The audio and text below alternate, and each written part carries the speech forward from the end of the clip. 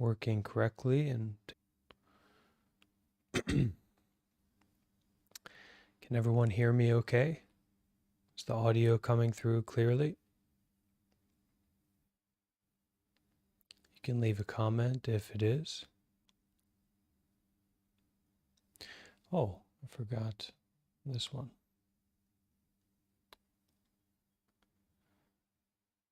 Okay.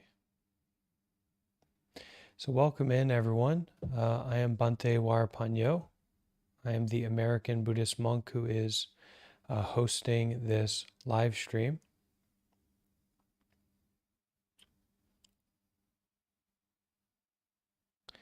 And basically, this is going to be an opportunity for people to come in and to ask questions, get advice with a Buddhist monk. So I've been a monk for more than 3 years now, and I'm currently living in Vietnam, teaching meditation, practicing meditation here in Vietnam. One moment.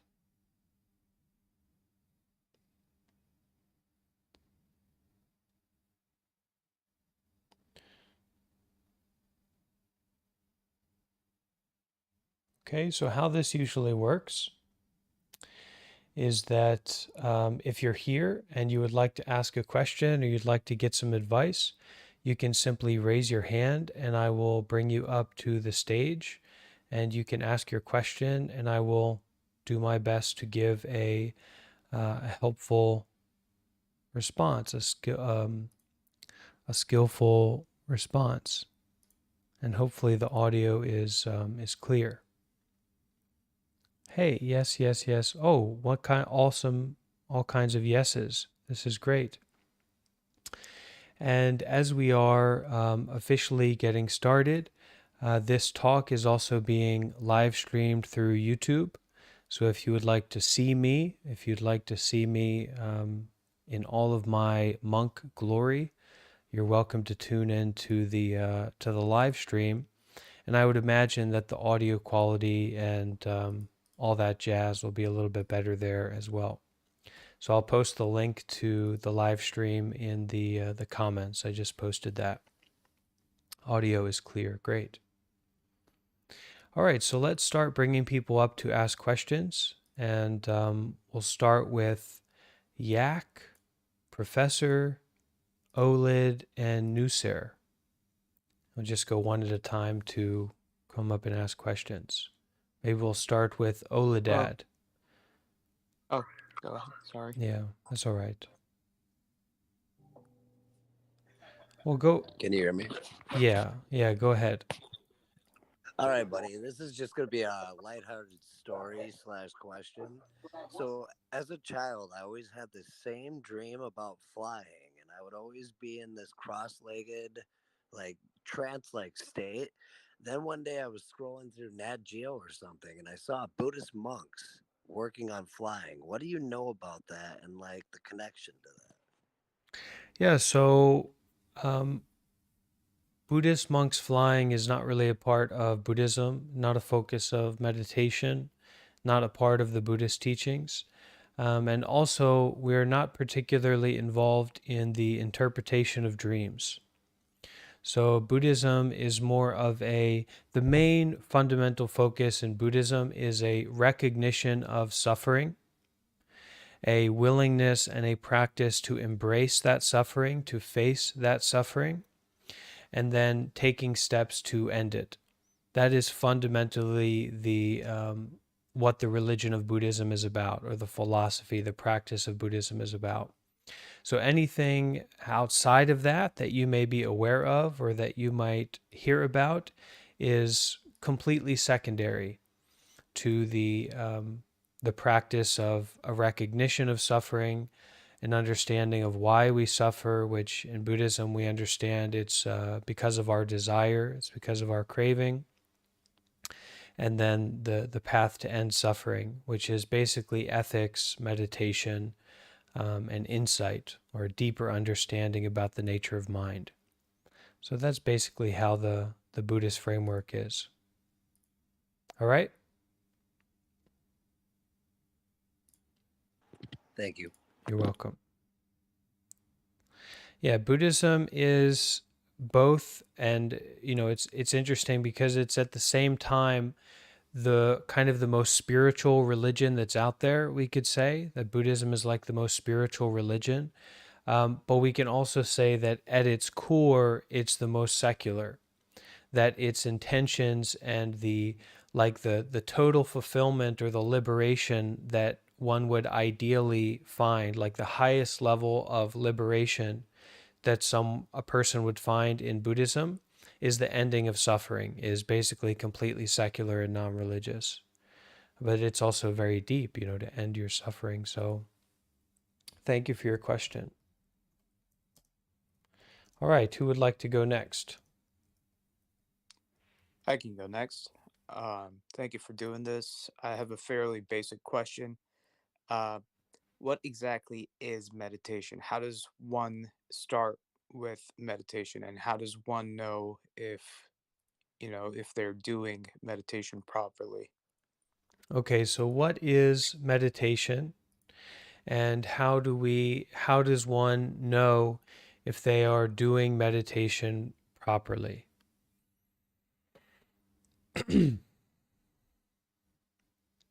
So we can understand it like this.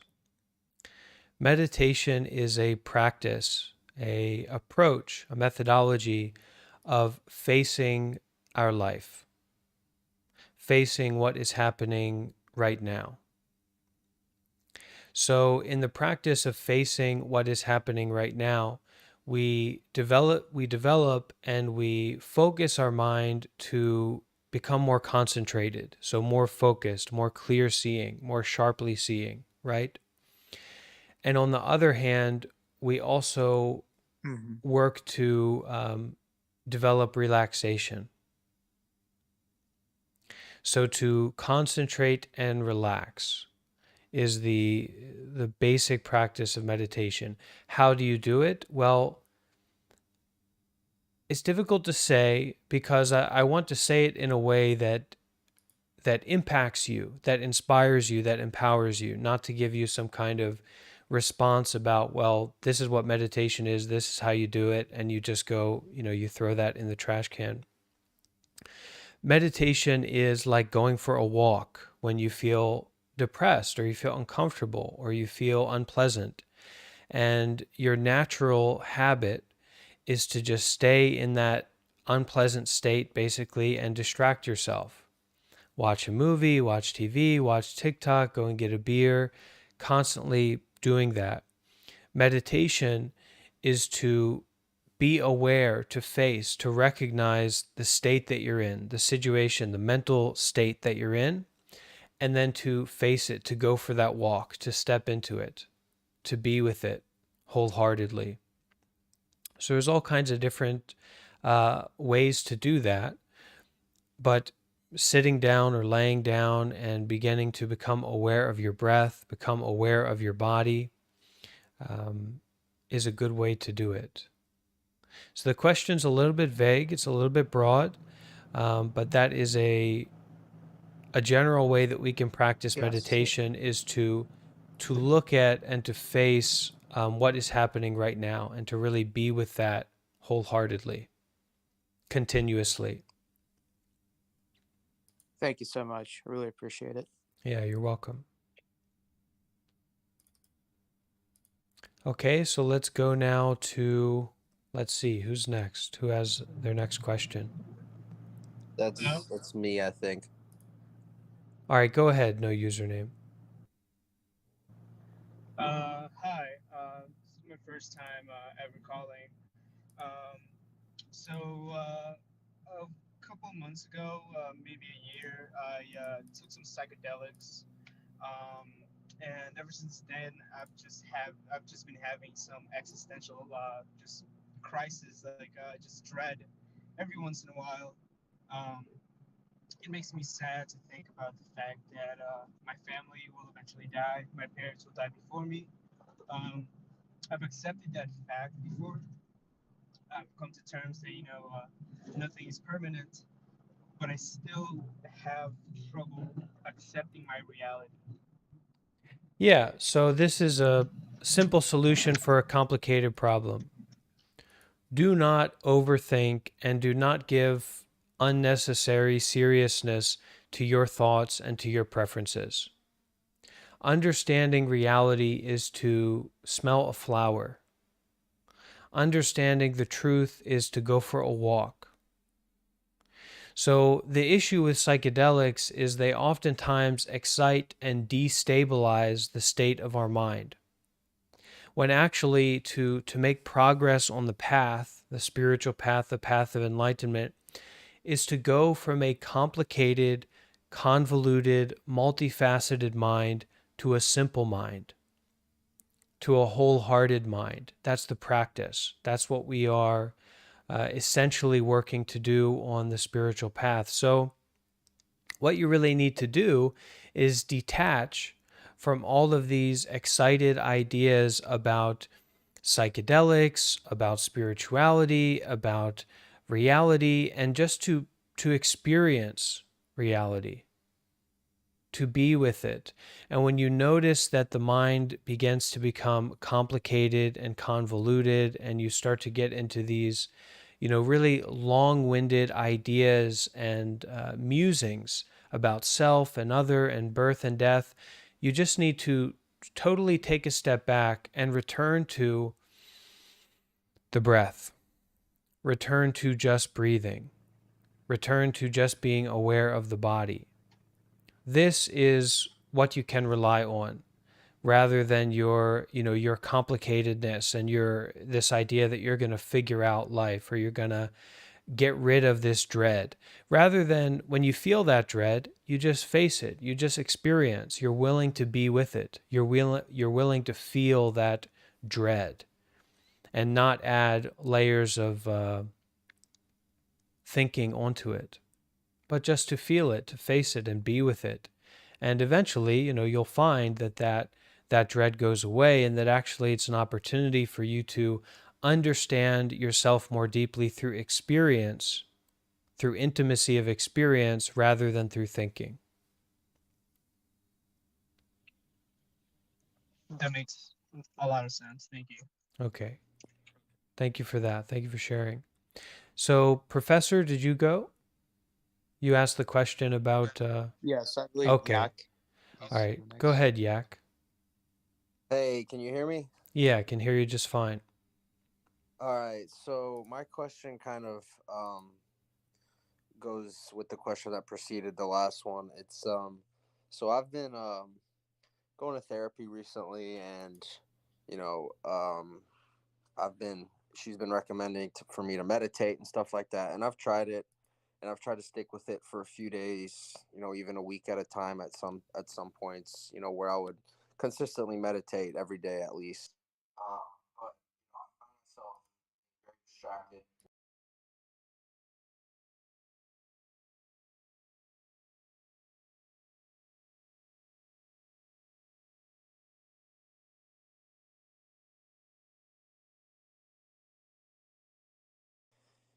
Like I don't really see any benefit from it after I do it. So I've kind of stopped recently, and fallen off the wagon, so to speak, of meditating.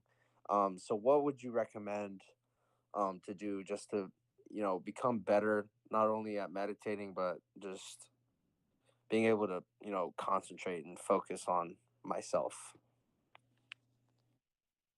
Okay, great. This is a really good question, and the focus of it is clear, and also the base of experience that you're asking this question from is also really good because you are taking steps to deal with your suffering, to face your suffering, right? And it's really wonderful that you've been able to find a therapist and you're able to be working with someone right now. So, meditation is an act of intimacy with our direct experience moment by moment.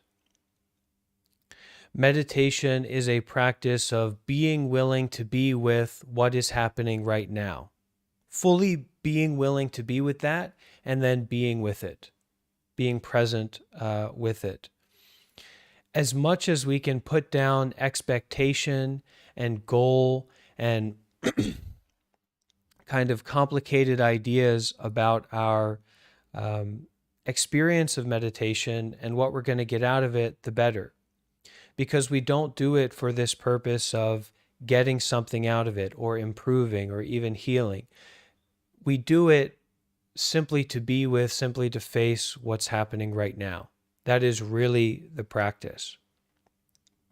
So if you are really able to start taking these steps on your own of meditating, focusing on your breath, being aware of your body, practicing in this kind of simple, sincere way, and you're matching your intention. You not only have the intention to meditate, you not only have the intention to face your suffering, but you're actually beginning to do it, right? You're actually beginning to take these steps to face your suffering, and you're finding that there's a difficulty in doing that. So that's great. This is really, really good that you find yourself in this position.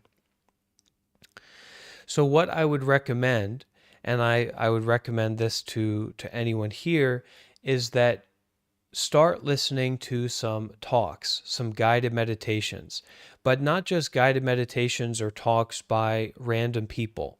You look on YouTube for guided meditation and listening to campfire vibrations and who knows who giving some kind of guided meditation about spirituality or whatever, right? Listen to some talks from well-known advisors, and that can really have a powerful impact on establishing yourself in more and more skillfulness in approaching your practice. So I'm going to make I've just got to find this comment because I've got it saved somewhere, but I'm going to make a comment in the comment section of this live talk that has a list of resources, basically some well-known advisors that you can look into, and that hopefully, that can support you in your development on this path. So I just posted that comment in the comments of this talk, and if everyone could sort the comments by new and then upvote that comment so that everyone can see it, that would be great. So the answer for so many of these questions that we have is finding a way or the path stones that you can step on to actually do it. And there's no replacement, there's no substitute for you beginning to actually do the work, for you beginning to actually take those steps to face your suffering, to understand yourself more deeply, to begin to invest in not just gaining pleasure and avoiding pain, but really having a deeper understanding of yourself and the world. And you're starting to do that. So now it's simply a matter of you connecting with good resources to support you in continuing to do that. One of the best resources is well-known advisors, as I've listed here: Thich Nhat Hanh, Ajahn Brahm, Sharon Salzberg. There's a book recommendation. And another good aspect is being a part of a community of well-minded practitioners. They also working to face their suffering and to cultivate compassion, wisdom, deeper understanding. And being in a community like that really empowers, encourages, and supports us to also do that work. So in the comment that I shared, there is a list of well-known advisors, recommended teachers. There are 2 links to loving kindness meditation, which can also be very helpful and supportive. And finally, lastly, my YouTube channel you can find there, and also my Discord server. And we've got a big community there. Really wonderful big community of sincere people on the Discord. It's the largest and most active meditation Discord online, I believe. So that can also be a structure to help support you on this journey. Okay, Yak?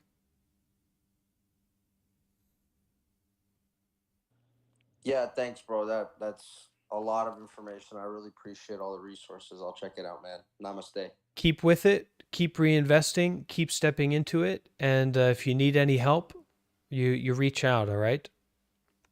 Appreciate you once again. Thank you. Welcome. So, for the people who are new here, who've joined in recently, I am Bante Warapanyo. I am an American Buddhist monk currently living in Vietnam. I've been a monk for over 3 years now, and I've been practicing meditation and Buddhism for the better part of a decade, 10 years. Living at meditation centers, attending intensive retreats, and meeting and learning from a lot of people who are just uncomprehendibly compassionate and wise. And through my own experience and through the receiving the experience of people who are far more experienced than me, I have a certain degree of I've done a certain degree of work to face, understand, and deal with my own suffering, and I'm still on that journey. That's kind of what it means to be a monk, is that I'm continuously on this journey. And so this is an opportunity. This is a talk for where people can ask questions and get answers, and to let everyone know that I am also live streaming through YouTube. So if you would like to see me, or if you would like to have a higher quality stream, then you can check out the YouTube channel and join there for the live stream. You can see me in HD, live streaming from my my abode in Vietnam. Okay. So if you have a question, please raise your hand and I will bring you up and you can ask, and we'll keep this talk going. Okay, so let's bring up Joe, Chanik, Exel, Apprehensive, and Alternative. And Sublocks. We'll also bring up Sublocks here. And Alternative's been invited. Okay. So why don't you start, Joe? What is your question? Oh, yes, sir. Good evening. I had two questions. I'll make one pretty easy to answer, well, maybe easy, but and then the other one is a little vague. But my first question is, if you're familiar with radical acceptance and serenity, do you feel that there's any dangers inherently in the radical acceptance of of serenity and the entire definition of it? Basically being that if you allow everything outside your control or just forego this idea that you have no control of your life, um, it can be potentially hazardous for your health. And then my second kind of maybe hopefully easy to answer question is,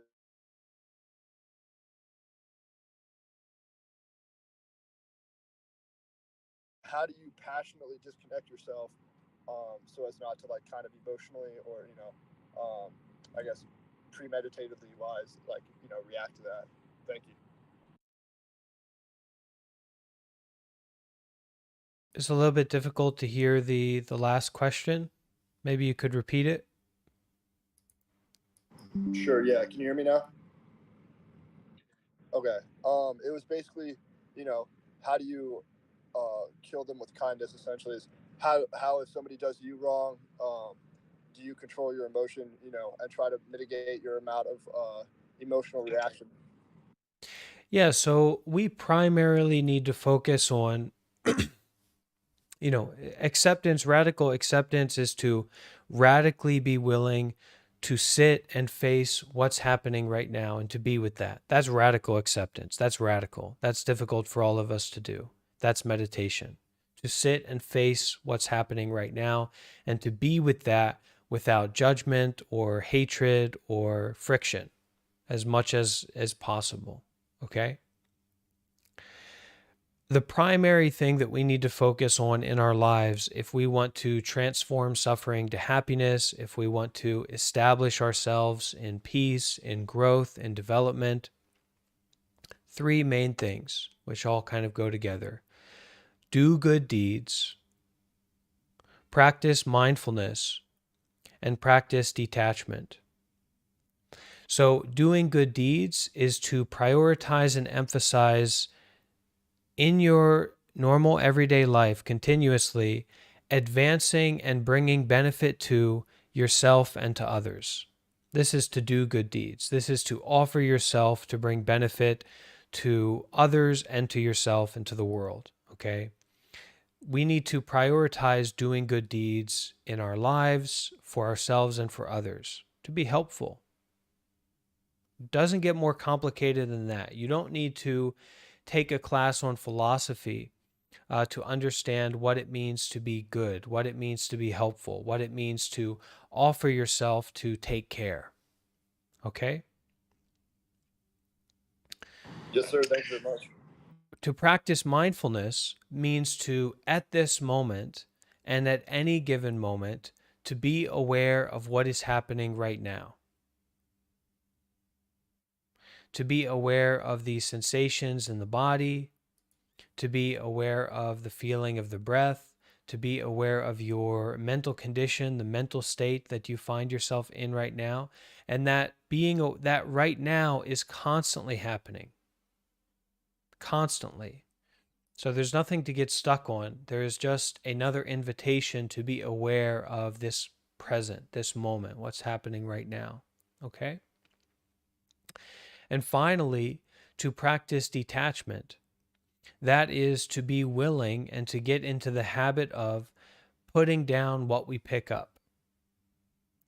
When we notice that we've developed a tension in our body, we are clenching our jaw or we're clenching our stomach or whatever, we notice that, we're aware of that, and we release that tension. When we notice that we pick up, when we hang on to some kind of animosity or some rigid thought about our experience or about other people, we notice that, we're aware of that, and we practice to put it down. So I'd like to say it in this way. Just because you pick something up doesn't mean you need to put it in your mouth. Just because you put something in your mouth doesn't mean you need to swallow it. Just because you swallow something doesn't mean you need to do the whole thing over and over again. So that is to practice detachment. If you pick something up, be willing to put it down. If you get involved in a relationship with someone that is not skillful, not helpful, be willing to put it down. If you get involved in an argument with someone, be willing to put it down, to let go of it. So this is to prioritize in our lives again and again and again, doing good deeds, practicing mindfulness and detachment. Okay? Try Yes, it sir. out. Thank you very much. That was that was super informative. I can't wait to try to practice it. Thank you. Okay, you're welcome. So let's go now to sublocks. Sublocks, you have a question or something you'd like to share?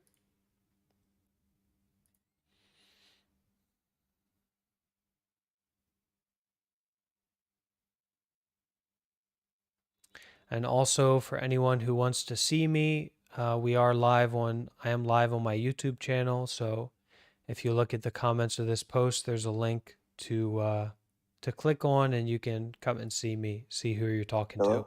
Hello? Yeah, I can hear you now, Sublocks. Go ahead. Okay. Yeah, I was just gonna say you've answered almost everything that I was gonna ask you. I was gonna ask you about addiction and Tich Nhat Han and all of that, and you basically answered everything.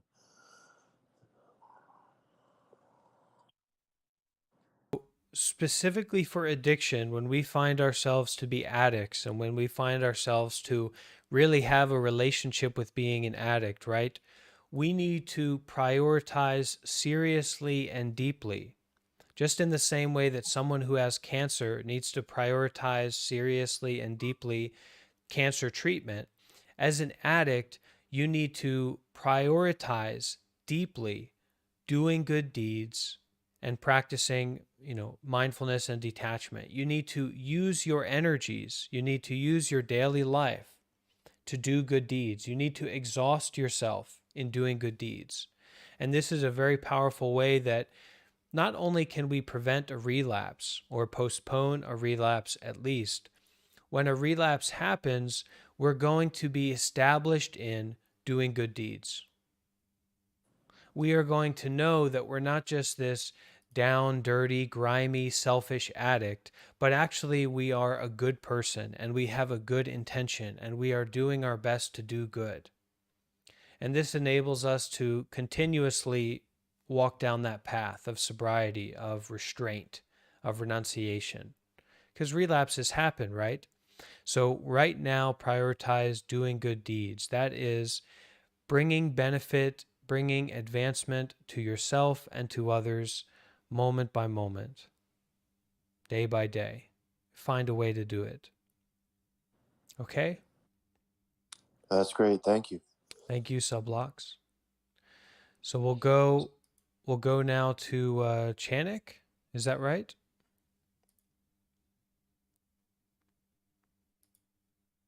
Chanik 909. You have a question? Yeah, I'm here. Can you hear me? Okay. First of all, I'd like to say what you said to substance abuse. I appreciate it a lot. It sounds a lot about like AA. But regardless of that, so recently, me and a coworker have been discussing a subject about North Korea and how apparently they don't have a word for love in their language, regardless of rather that is true or not. Do you think love is universal beyond language uh, when it's not taught to you, like in terms of communication? Like, do you believe love can be communicated if it's not within your vocabulary?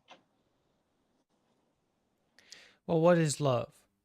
You know, everyone feels, everyone knows, baby, don't hurt me. What does a human being want? A human being wants to be happy, to be at peace, to be free from suffering. Point blank, period.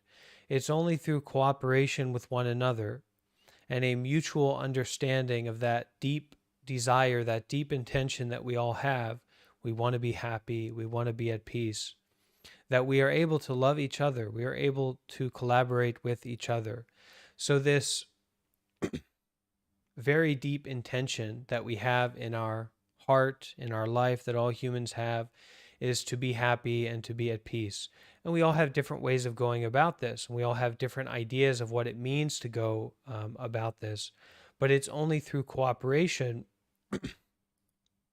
mutual support, that we're able to develop that. So rather than asking about is love innate, or worrying about the people in North Korea who, come on, they couldn't care less about our philosophical meanderings about love being innate or not. They need food, they need support, they need love, they need care. So rather than focusing too much on our philosophical meanderings that are only built on privilege, we should focus on using our privilege and using our position, whatever that happens to be at this moment, to do good deeds, to practice love, to practice kindness, to practice compassion, and to question what is love. And you don't ask somebody else. You don't go to Starbucks and ask the barista, what is love? You ask yourself, what is love? What does that mean to me? What does it mean to be a good person? What does it mean to do good deeds? What does it mean to help? You ask all these questions from a place of deep sincerity. And then you learn through experience, is love innate or is love not innate? And even more important than that, you learn about what is practical, what is really relevant for you in experiencing peace, love, and happiness right now. So that's my answer to that question. Okay? Yeah, I appreciate your answer. Makes a lot of sense. Thank you.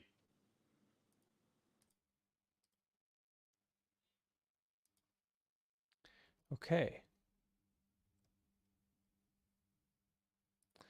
So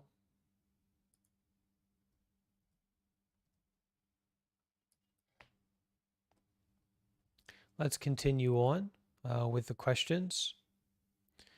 So bring up, well, exhale and apprehensive. I think you're still have to ask your questions if you have them. Hello? Yeah, apprehensive. Go ahead. Okay, I have a comment and a basic question. My comment regards to you had a question earlier about existentialism. I'm reminded by this quote that I saw last week in regards to how are you feeling in the moment, and what it said was if you have suffering from anxiety, it's because you're living in the future, and if you suffer from depression, it's because you're living the past. But to be living in the present is to be living at peace, and I think that might be helpful for some people who are listening. Sure. My question is, are you can you be politically involved as well as be a monk? Yeah, I can do that. But my political involvement needs to be founded in the peace process, the peacifying process, rather than um, defeating another and getting for the self. Understand? So it's really the position of an enlightened centrist, but a centrist built on compassion and contemplation and introspection about how can we reduce suffering for all parties involved in a practical way, in a real way at this moment. So there's a position there. There's an opportunity there, but not in a traditional political way that many people imagine it. All right, Namasakan. So is it apprehensive or exhale to ask their last question here? I think that was you. Yeah, no, that's me, mate. Um, how does one hold themselves more accountable for their actions? Because I'm not very good at it. Maybe you can be a little bit more specific in this case. I just like keeping my word on stuff and not, self-control, I guess. Well, we need to practice self-control by stop focusing on ourselves so much.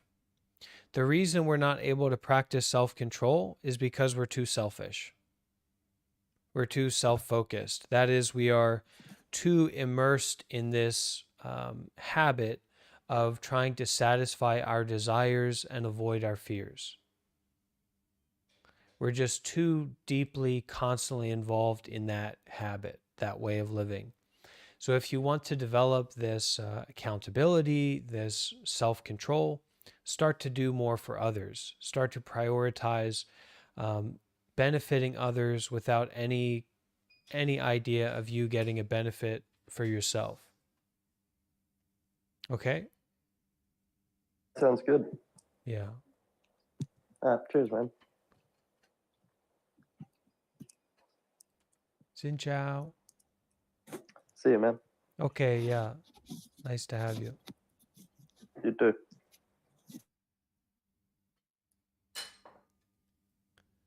Okay, so we'll bring up a few more people to ask questions in just a moment.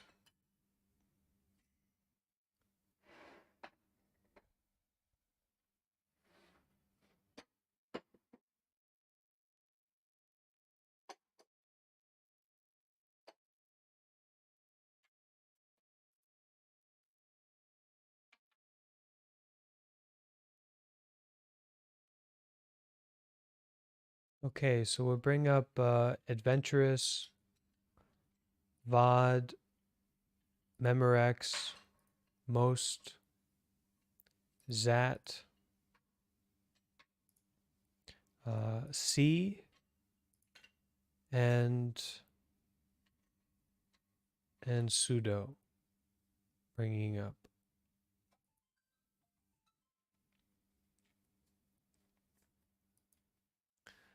All right, so maybe pseudo, you'd like to go first.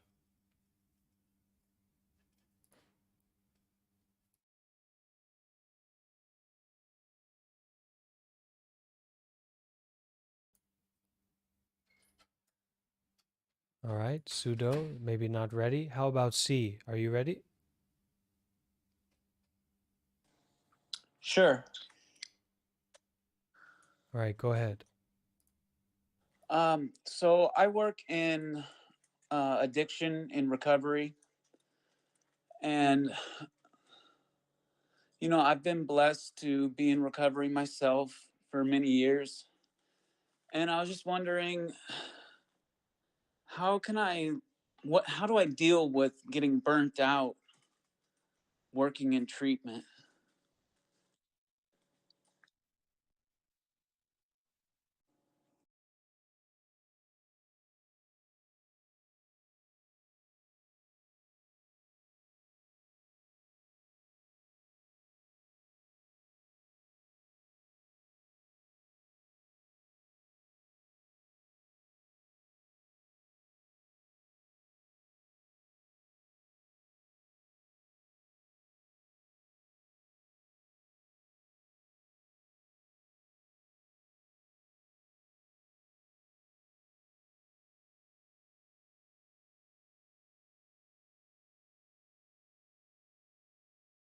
First is G for practicing this model of compassion, this kindness without getting burnt out. So, first, we gather our attention, focus, grounding, and balance. So, you can take a deep breath, feel your feet on the ground, you come back to yourself, you come back to your body, your mind, your balance point, right? Because doing so much work taking care of others, you've certainly developed a capacity to take care of yourself. So, at the beginning of making that action to take care, gathering your attention, focus, grounding, balance, starting from where you are, being with that, grounding. Second, R, recalling intention, this resource of motivation. So, what is your intention? Why are you doing this? Why are you making these actions to help this other person? What is your life really about? The integrity that you are bringing to the encounter, to that practice, right? So that's the resource of your motivation. 3, attuning to self and other. Check in with yourself, see where you are at that moment, and then check in with the person who you're about to interact with or who you are interacting with.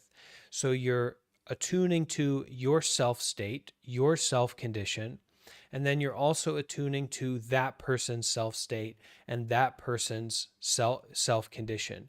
And you're not confusing the two. A lot of times, the reason that we burn out is because we are appropriating other people's suffering. We are taking on other people's suffering when in fact it's not actually ours. But anyway, so we attune to self and other. We check in about yourself and then check in about that person. What's their situation? Fourthly, C, considering what will serve.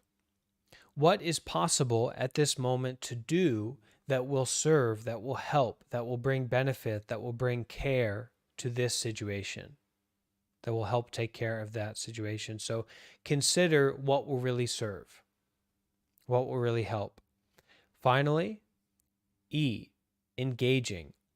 Ethical enactment, so acting from this place of virtue, this place of goodness, sincerity, in your expertise, your insight. Act. Do your best to take care of this situation, and then end. You cut, you end, you finish that engagement, and you put it down. You've picked it up. You've gone through the process of taking care of it. You've considered how to take care of it, and then you engage, you do it, and then you end it. You're practicing in that way. Okay, I'm going to share you the article, the link to this article in the comments. So I'm going to make another comment. I hope people here know how to go to the comments of these posts. Make another comment for this model, and you can bring this into your life, and you can really practice with this. Okay.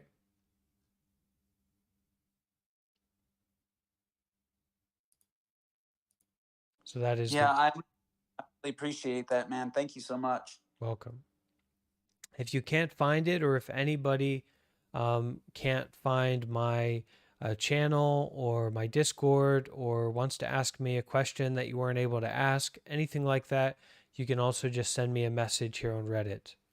And my Reddit profile also has a lot of the resources and information there. So you can also consider that to go in that direction. If you click on my name or that kind of thing enough times, you'll go in the right direction. So let's go now to, is it live? Yeah, is it live? You have a question?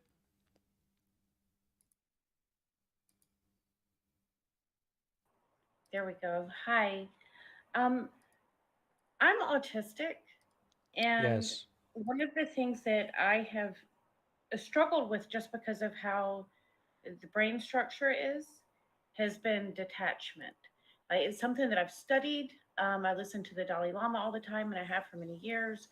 I've tried to practice it a lot, and I've definitely made a lot of improvements. But one of the hallmarks to autism is an overabundance of attachment to feelings. Do you have any experience with that where you've worked with other people that have been able to at least like improve on that for their own emotional well-being?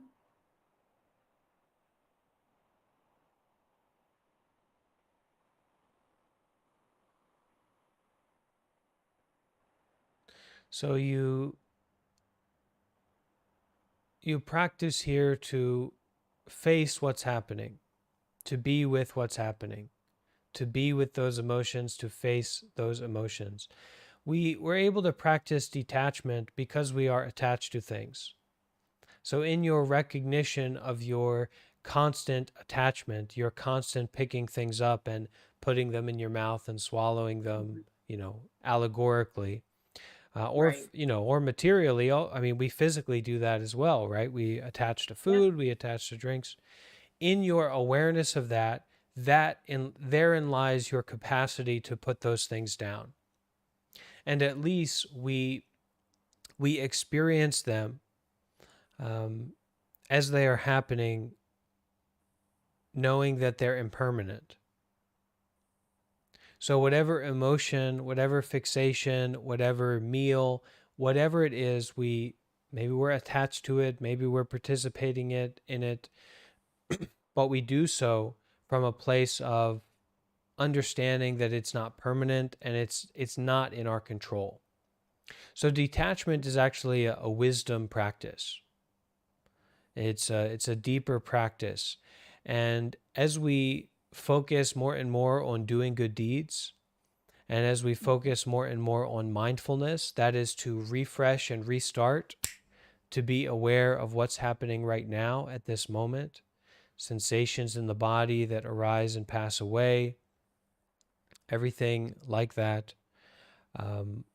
We experience more and more deeply that whatever arises, whatever we experience, passes away. So this whole mechanism of attaching to things isn't possible to be sustained anyway.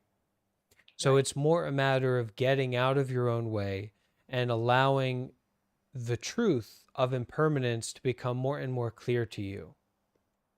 So then you don't fall under this false notion that what you pick up or what you experience is somehow going to be permanent or satisfying. And then you naturally have this sense of taking a step back from whatever you're experiencing, and also a deeper ability to, okay, I have picked this thing up.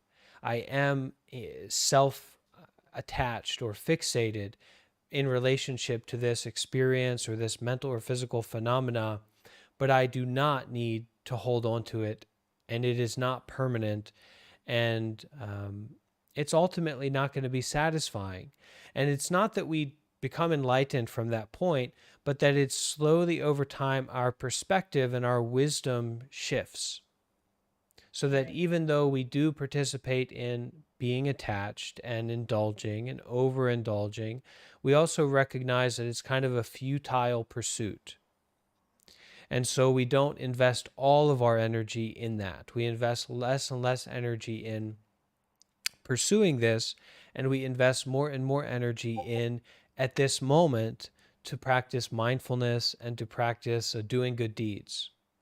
Right. So simply to be aware of what is happening right now, which is very kind of mystical and kind of weird, to be aware of what's happening right now, because it puts us in that position of bare experience that is not founded in a story. Our heartbeats are are not in relation to a story or a belief system. Our Right. skin is, and these aren't superficial things. Your heart and your skin are not superficial. See if somebody tries to take them away from you, how you're going to feel, right? So Right. to be more and more mindful and to refresh and restart and be willing to rely on that refreshing and restarting, um, just from being aware of the sensations of the body, the feeling of the breath right now, and then also to use our efforts rather than only to put things in our mouth, but to bring benefit to ourselves and to others, to work, to do activities to advance ourselves and others in wisdom and understanding. Okay. Thank you.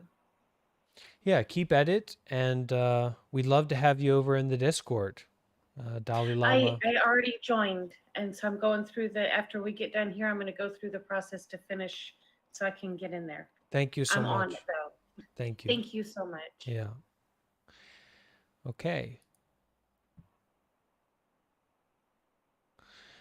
So, and for anyone who's curious about the Discord server, it is a big meditation community, very active. We've got over 2,500 members. And if you do join, there is a welcome page that has the kind of overall information about our community and what we're doing and the general intention and the energy of the space. So please read that before introducing yourself and getting verified, so you can kind of know where you are, because it is an intimate community space that's quite rare and uncommon online. So I think now, is it most transition, or was that who we were just speaking to? Hello. All right, most, go ahead. What's your question? First of all, that was really good advice. I had a question in regards related to detachment, because lately I've been having been overwhelmed by a lot of thoughts, being having difficulties keeping focus in my everyday activities, and I was wondering how do we start incorporating meditation, mindfulness into our lives if we haven't practiced it before? Join a community. This is very inspiring and very empowering when you're practicing together with others. That's offered on the Discord server, not in a light way, but in a very, as much as possible, to simulate the experience of you showing up to a meditation center and practicing with a group of people, a community, in a secular way. Although I do instruct and encourage from a Buddhist perspective, I definitely consider myself to have a secular mindset. The Discord is meant to simulate that, to be going to a meditation center and joining a community for regular practice. So that's one way. The other way is to listen to talks from well-known advisors. So in the comments section, or if you go to my Reddit profile, or, who knows, maybe you want to listen to me talk a lot, go to my YouTube channel. There are recommended teachers and some links to talks that you can listen to. And look, this is the difficulty. This is the suffering that the Buddha talks about in the First Noble Truth. There is suffering. Mental and physical experiences are not satisfactory. They are not satisfying. They are not fulfilling. They never have been. They never will be. So it's not by getting what we want through meditation or through doing a certain thing that we end suffering. It is through recognizing that the cause of our suffering, the cause of our inability to practice or to have a deeper state of peace, is our craving, is our attachment, is our constant desire for something better and to get rid of what we're experiencing right now. Okay, so those are the resources that I'm offering right now. Thanks so much. Vodka cola, hopefully not too much. You have a question?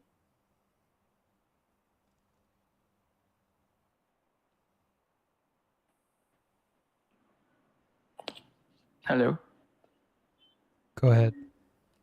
Okay. My question. I only have two questions. But when I'm practice meditation or anything similar, just to clear my head, for example, going for a walk, driving or something, my anxieties and depressions and being overwhelmed with emotion is just like I can't continue meditating because of it. For me, it's kind of too heavy to continue because of the thoughts and past regrets. And secondly, how can I let go of a past mistakes and that's it. Like some stupid things I did in the past, I just want to forget. But eventually, my brain keeps bringing it up. Okay, great. To keep my very good. And just a reminder to everyone who's joining the Discord, please read the Welcome channel fully. There's a channel called Welcome. Please read it totally in full. I'm going to tag everyone there to the Discord. Please read completely. Please. It'll save us all a lot of wasted energy. So when we begin to practice meditation, when we begin to practice introspection and facing and looking deeply at this moment, the present, right, the situation that we're in, we're going to become more aware of underlying sufferings, underlying difficulties that we have been distracting ourselves from continuously, and so have not been able to deal with in a meaningful way. You do not need to be afraid of difficulty. You do not need to be afraid of the traumas that you've had or the sufferings that you've had. It's okay. That's the truth. But to understand this truth and to practice it deeply, we need to have an energy that can face and meet that trauma, that suffering, that sharpness of mind, right? That jaggedness of mind that is scary, right? And that is this sense, this energy of loving friendliness. This real deep sense of not only a willingness to be kind to yourself, but a practice and a regularly supported energy of kindness and compassion and friendliness towards yourself. So as we get into the path of meditation, we can emphasize, especially if we have these past traumas or anxieties or difficulties that come up, rather than emphasizing this hardcore concentration, we emphasize the development, the cultivation of loving friendliness, loving kindness, this way of being our own best friend to the body and mind, the heart, everything, to our sufferings. Meet our sufferings with loving friendliness, with kindness. So in the comments section of this talk, and you can also direct message me here on Reddit or whatever way that is best for you, message me to get this resource. But in the comments section of this post, there are 2 links to loving kindness meditation. And this can start to instruct you about that practice, that way of doing meditation to cultivate and develop loving friendliness. Okay?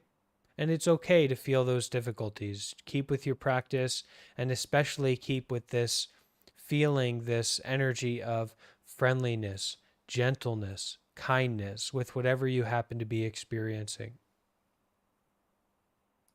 All right, Vodka? Okay, that's nice. Thank you. Yeah. And it's just like going for a walk or going for a hike. You can look around and talk to rocks all you want and say, hey, when are we going to get there? But actually, you need to find the rocks that you can step on to keep walking. That's what's important. So that's what I'm hopefully here to offer. All right. So the final question of the day, because it's lunchtime here, my very generous and kind supporter brought me lunch. Adventurous Deer with the final question.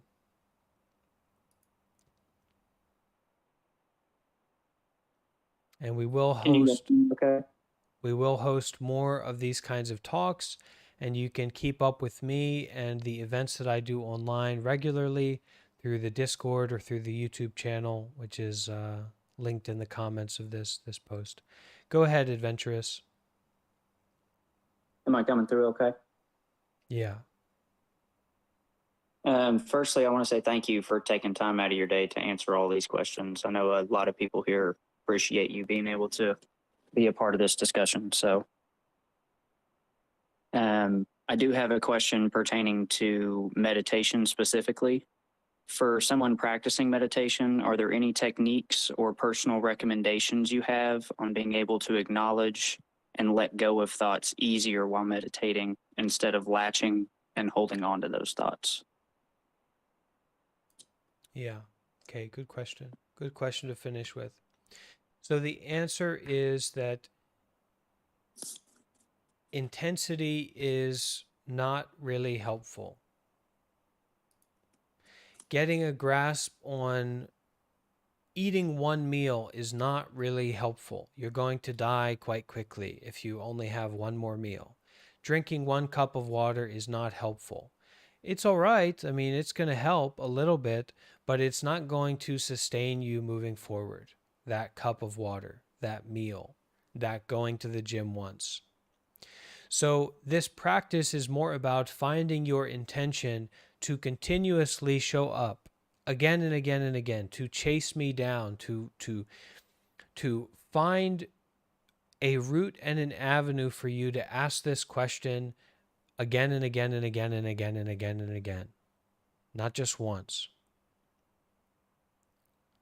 This is how we practice meditation. This is how we become skillful at anything. This is how we survive. We don't just take one breath, right? One breath isn't enough. One breath is profound. It is precious. It is what's happening right now. But we need to continuously breathe if we want to continuously grow, continuously live. In the same way, if we want to really detach and let go of our thoughts, we need to continuously find an avenue for seeing what thoughts actually are and facing those thoughts in a way that does not promote stickiness or non-practical reactivity.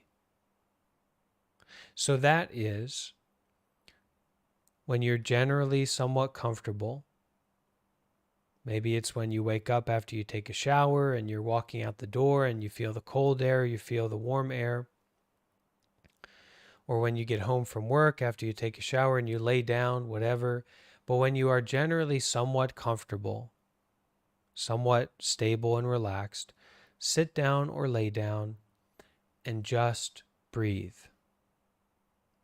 take as your primary activity just sitting, just breathing, just being aware. And whatever thoughts come up, you don't take them seriously. You don't try to get rid of them. You don't try to make more of them of a particular thought.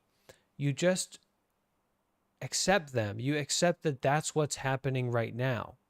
And you continuously accept what's happening right now, continuously being aware of what's happening right now by coming back, returning to when you get distracted, when you get involved in fighting against that thought or some tension in your body.